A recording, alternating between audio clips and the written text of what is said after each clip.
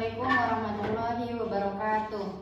Waalaikumsalam warahmatullahi wabarakatuh.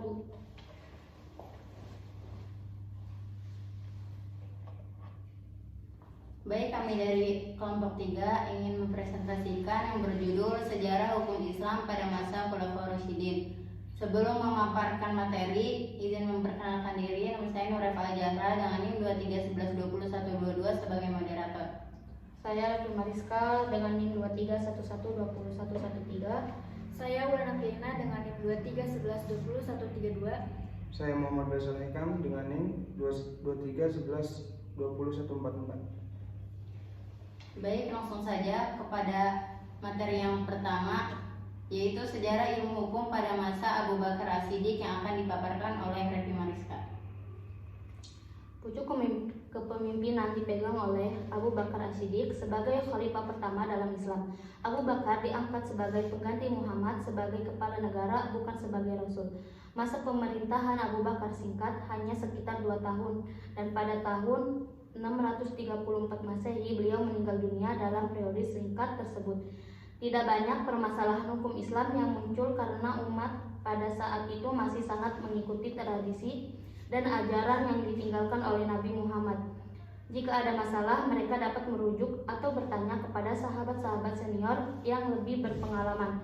Banyaknya konflik internal juga mengakibatkan sedikitnya masalah hukum Islam yang timbul, terutama karena tantangan yang dihadapi dari suku-suku bangsa Arab yang menolak tunduk kepada pemerintah di Madinah. Mereka menganggap perjanjian yang dibuat dengan Nabi Muhammad tidak berlaku setelah beliau wafat. Akibatnya, mereka menentang kebijakan Abu Bakar.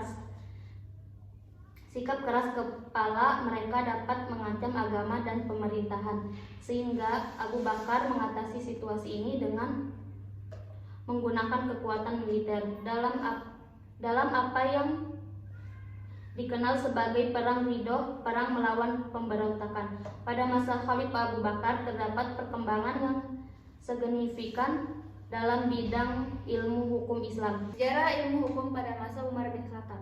Setelah Khalifah pertama Abu Bakar As-Siddiq wafat, Umar mengambil alih posisi sebagai Khalifah kedua. Kepemimpinan Umar bin Khattab berlangsung selama 10 tahun dari tahun 634 hingga 644 Masehi.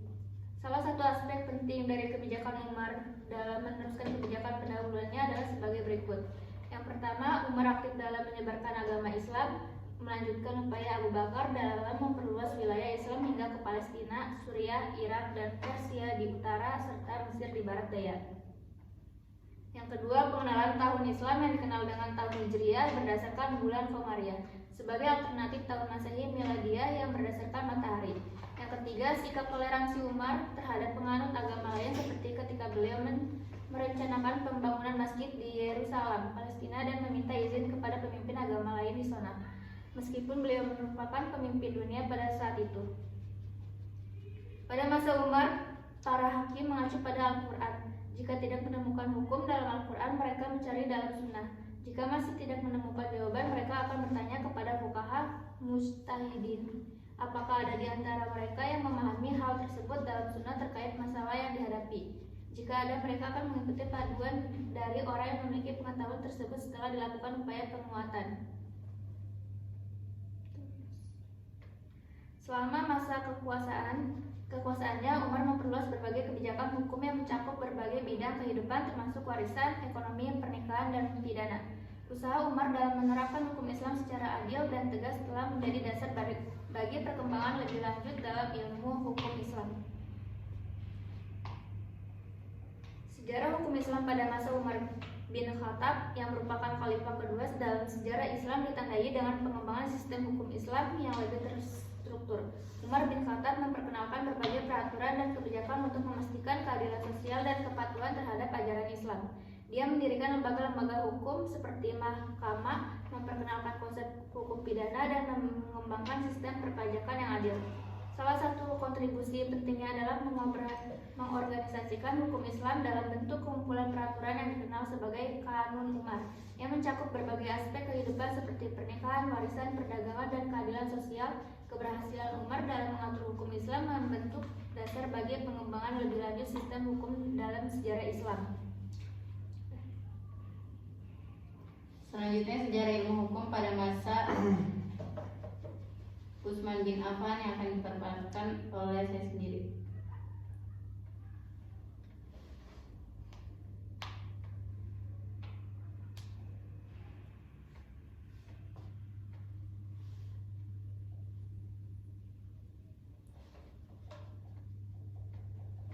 Tugas pokok seorang khalifah adalah menjaga persatuan umat dan pertahanan negara.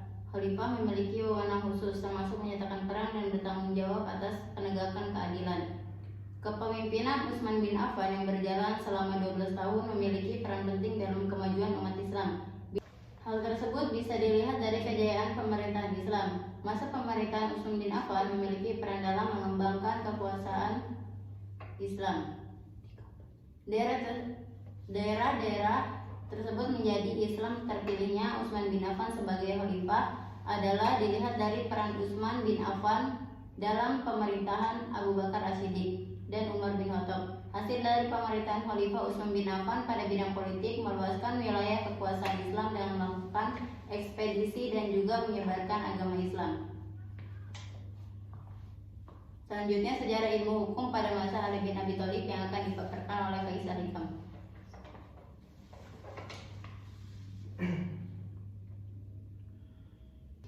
Sumber ilmu hukum pada masa Ali bin Abi Thalib. Ali bin Abi Thalib menjabat sebagai khalifah yang keempat dinasti Khulafa ar-Rasyidin dalam sejarah Islam. Ali merupakan nabi serta anak Abi Thalib bin Abu Thalib.